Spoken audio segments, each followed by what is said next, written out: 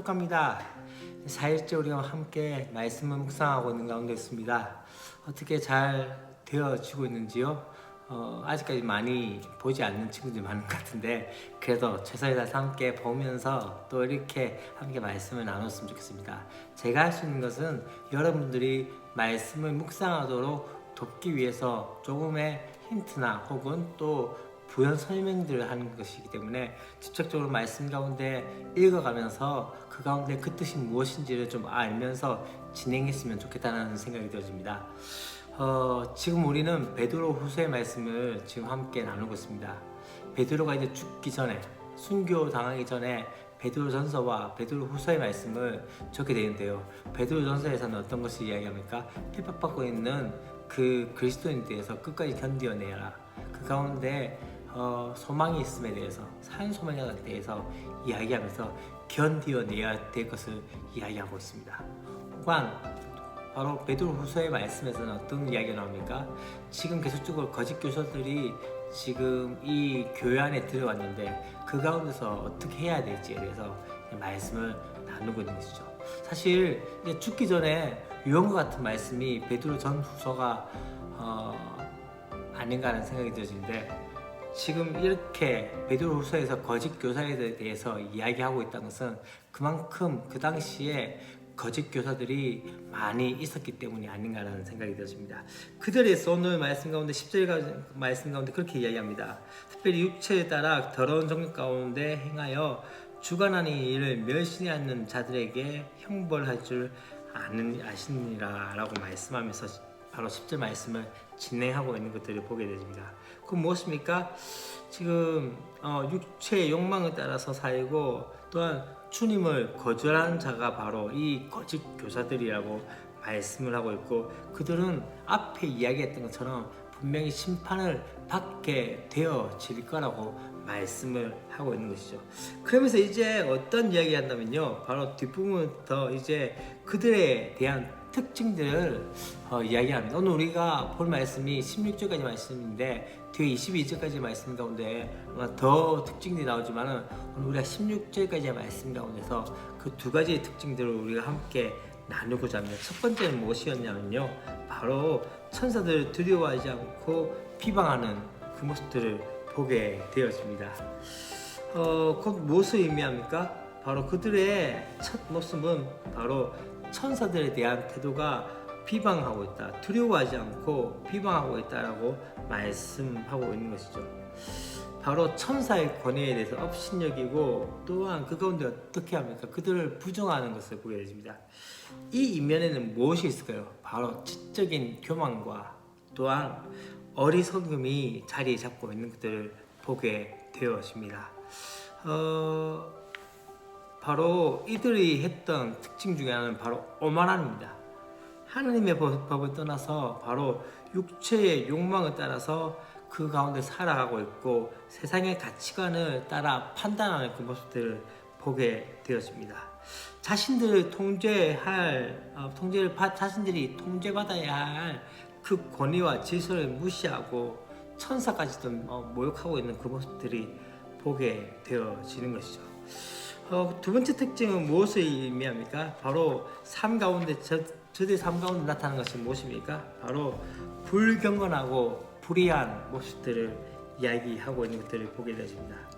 바로 타락한 모습들이 나타나는 것들을 보게 되어집니다.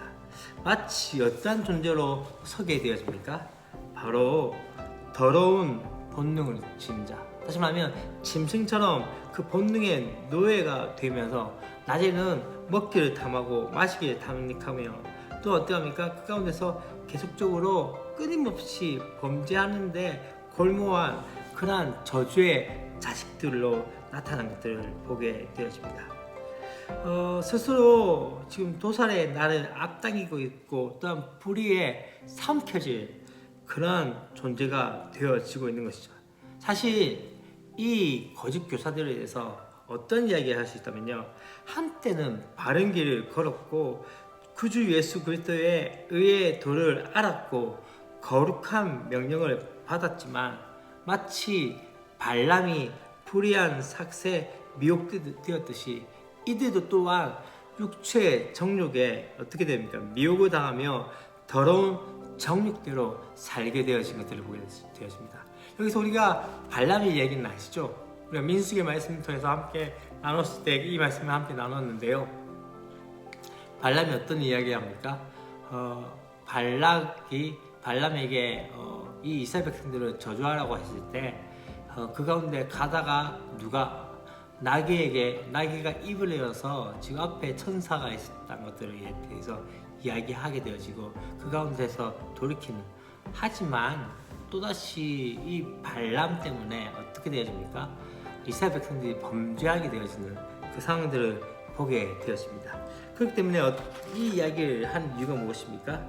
바로 지금 이 거짓 교사들이 마치 발람이 그 돈에 눈이 멀어서 이스라엘 백성들을 저주하려고 했던 것처럼 그들 또한 육체의 정욕에 눈이 멀어서 그렇게 되어졌다는 것을 말씀하고 있는 것을 보게 되었습니다.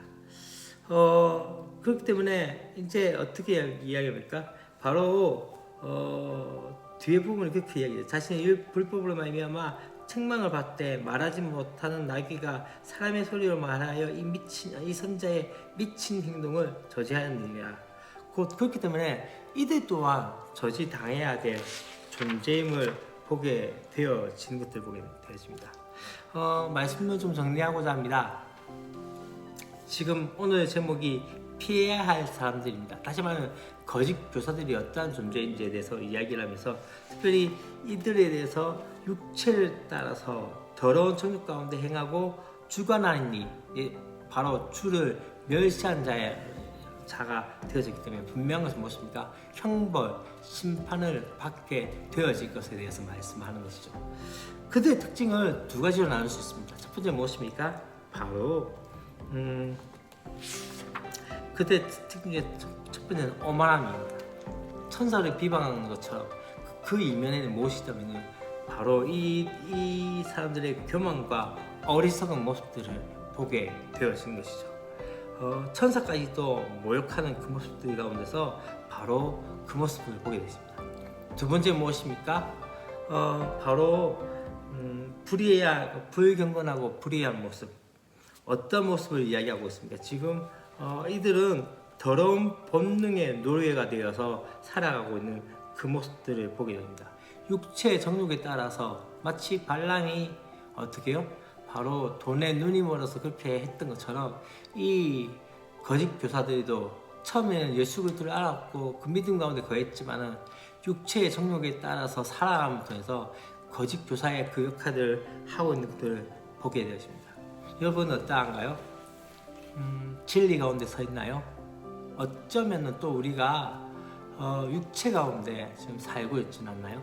육체 가운데 살고 있다는 것은 하나님의 말씀 가운데 경건의 삶을 따라가지 못하고 도리어 세상의 방식과 세상의 가치관으로 살고 있다면 그건 어쩌면은 육체의 정욕에 따라 살고 있는 모습은 아닐까요?